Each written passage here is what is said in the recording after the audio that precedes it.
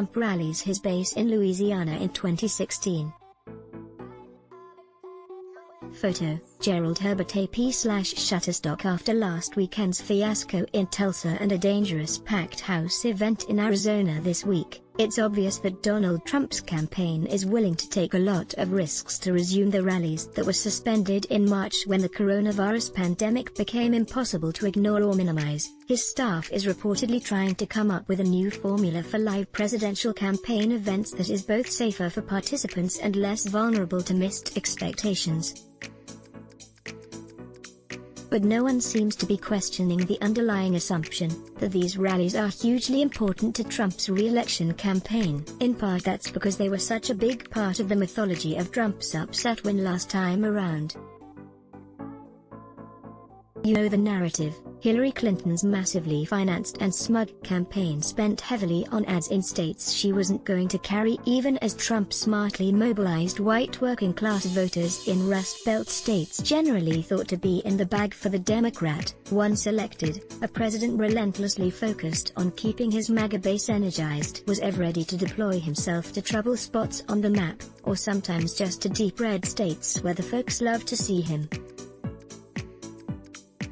Curious about the actual utility of these events, political scientist Alan Abramowitz took a close look at those 2016 Trump rallies at Sabato's crystal ball and reached a surprising conclusion. In order to estimate the impact that campaign visits had on the election results, I conducted a regression analysis of the results in all 50 states and the District of Columbia.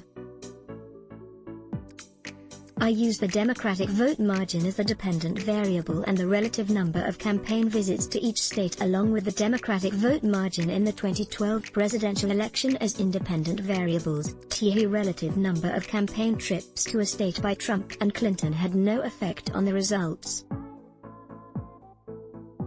In contrast, the 2012 results strongly predicted the 2016 results. These findings indicate that despite the divergent outcomes of the two elections, there was a high degree of consistency in the results across the states. Clinton did best in states that strongly supported Barack Obama in 2012, and Trump did best in states that strongly supported Mitt Romney in 2012. Of course, Trump outperformed Romney in a number of swing states, which is what allowed him to win the electoral vote. However, his performance relative to Romney was not affected by the number of events that he held in a state compared with Clinton. If Abramowitz is right, or even half right, you have to wonder why Trump's re-election campaign really needs these perilous rallies, given all their other resources, and the president's ability to command national attention instantly with the flick of a tweet. Perhaps the answer can be informed by a recent incident offering a deep look into the presidential psyche. As reported by the Daily Beast, over the past month, the Trump campaign has spent slightly more than $400,000 on cable news ads in the Washington, D.C. area, buying time largely on Fox News but with some smaller buys on CNN and MSNBC as well, according to filings with the Federal Communications Commission. The ads began running in late May and are scheduled through June 23. It is, on a purely electoral level, a remarkably quixotic use of campaign cash. The purchases have no real shot of moving D.C., Maryland, or Virginia into the Trump column. That wasn't the point, though.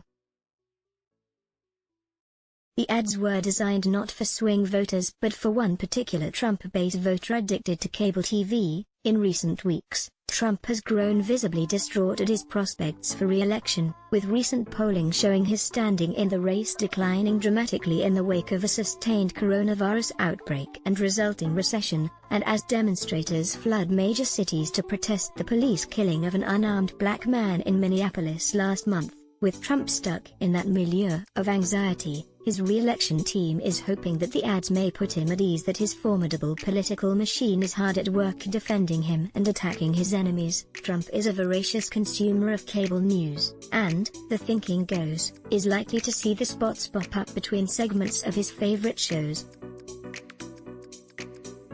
Quite possibly the president's manifest love for holding rallies is placing a firm thumb on the scales in favor of their continuation, whether or not they are doing his re-election campaign much good. In normal conditions you might be able to shrug and say these rallies do no harm, provide nice visuals for the evening news, and keep the president's spirits up.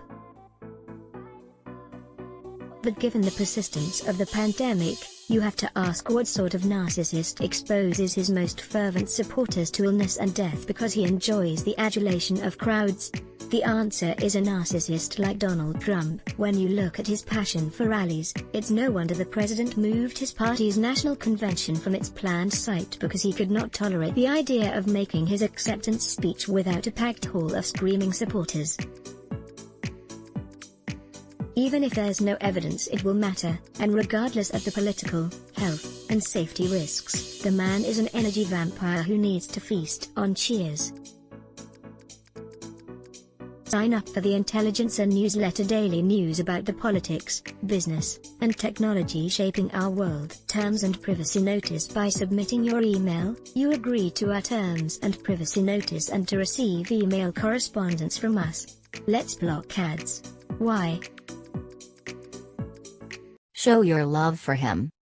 Click the link in description. Thanks for watching.